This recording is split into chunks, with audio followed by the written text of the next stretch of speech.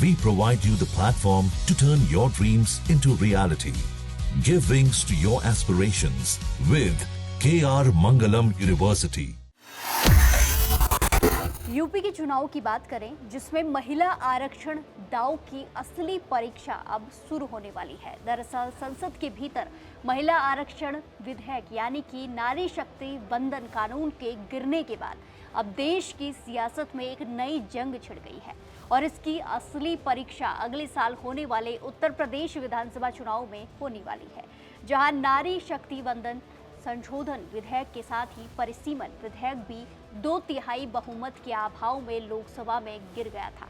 संसद की घटनाक्रम को सड़क तक अपने अपने नैरेटिव के साथ लेकर सत्ता पक्ष और विपक्ष निकल पड़े हैं, जहां प्रधानमंत्री नरेंद्र मोदी के देश के नाम संबोधन के बाद ये बिल्कुल साफ हो गया है, स्पष्ट हो गया है कि भारतीय जनता पार्टी अब इस मुद्दे पर विपक्ष को घेरने के लिए एक लंबी रणनीति तैयार कर रही है, पूरी तरह से तैयार है।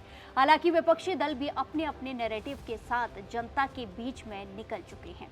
तमिलनाडु और बंगाल में 2 दिनों से लगातार यही मुद्दा उठाया जा रहा है, लेकिन असली परीक्षा तो अगले साल फरवरी मार्च में होगी, जब उत्तर प्रदेश विधानसभा चुनाव होने वाले हैं। उत्तर प्रदेश में यूपी में चुनाव होंगे। दरअसल बंगाल में सत्ताधारी तृणमूल कांग्रेस का नेतृत्व हुई महिला कर रही है और उनका महिला प्रतिनिधित्व का आंकड़ा भी खराब नहीं है। उधर तमिलनाडु में सत्ताधारी पार्टी ने महिला आरक्षण की जगह परिसीमन को केंद्रीय मुद्दा बना दिया है। वहीं उत्तर प्रदेश की बात करें तो यहाँ सपा की राजनीति महिला आरक्षण के मुद्दे से टकराती रही है। अगले साल उत्तर प्रदेश के साथ साथ उत्तराखंड, हिमाचल, गुजरात और पंजाब जैसे राज्यों के चुनाव होने हैं। यहाँ भाजपा का मुकाबला कांग्रेस और पंजाब में आम आदमी पार्टी के साथ होने वाला है। ये राज्य महिला आरक्षण जैसे मुद्दों पर मुफित बैठेंगे। उत्तर प्रदेश में फिलहाल भाजपा की मजबूत पकड़ है, जिसमें महिलाओं का समर्थन भी बड़ा कारण है। यही वजह है कि 2022 के चुनाव में प्रियंका गांधी वाड्रा ने प्रदेश प्रभारी के रूप में वहां लड़की हूं, लड़ सकती हूं के नारे के साथ 40% महिलाओं को टिकट की घोषणा की, लेकिन कांग्रेस को कोई भी लाभ नहीं हुआ।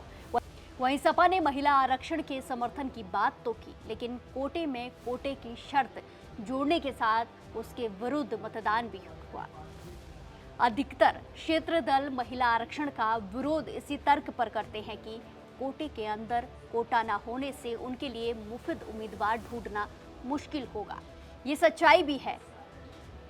संपर्क काल में भी सपा राजद ने किया था महिला आरक्षण का विरोध। इसी के साथ संयुक्त प्रगतिशील संगठन काल में भी सपा राजद जैसे दलों ने तब महिला आरक्षण विधेयक का विरोध किया था।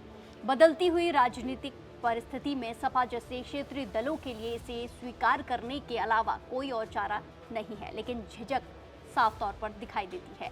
इसलिए अभी भी कोटे की बात की जा रही है। ऐसी ही परिस्थितियां उत्तराखंड, गुजरात और पंजाब और हिमाचल प्रदेश जैसे राज्यों में भी बन सकती है। यानी कि अब 2027 के चुनाव में उत्तर प्रदेश के साथ साथ गुजरात, हिमाचल प्रदेश, उत्तराखंड और पंजाब जैसे राज्यों में भी यही महिला आरक्षण का दांव विपक्ष की मुश्किलें बढ़ा सकता है, उसके सामने चुनौती खड़ी कर सकता है। क्योंकि इन राज्यों में सीधा मुकाबला कांग्रेस और आम आदमी पार्टी से है, जहां बीजेपी महिलाओं के समर्थन को अपनी सबसे बड़ी ताकत मानकर आगे चल रही है। कुल मिलाकर देखा जाए तो महिला आरक्षण अब केवल एक विधेयक नहीं, बल्कि आने वाले विधानसभा चुनावों का सबसे बड़ा चुनावी हथियार बन चुका है, एक मास्टर स्ट्रोक बन चुका है और इसका नतीजा ही तय करेगा कि 2027 की सियासी तस्वीर कैसी होगी।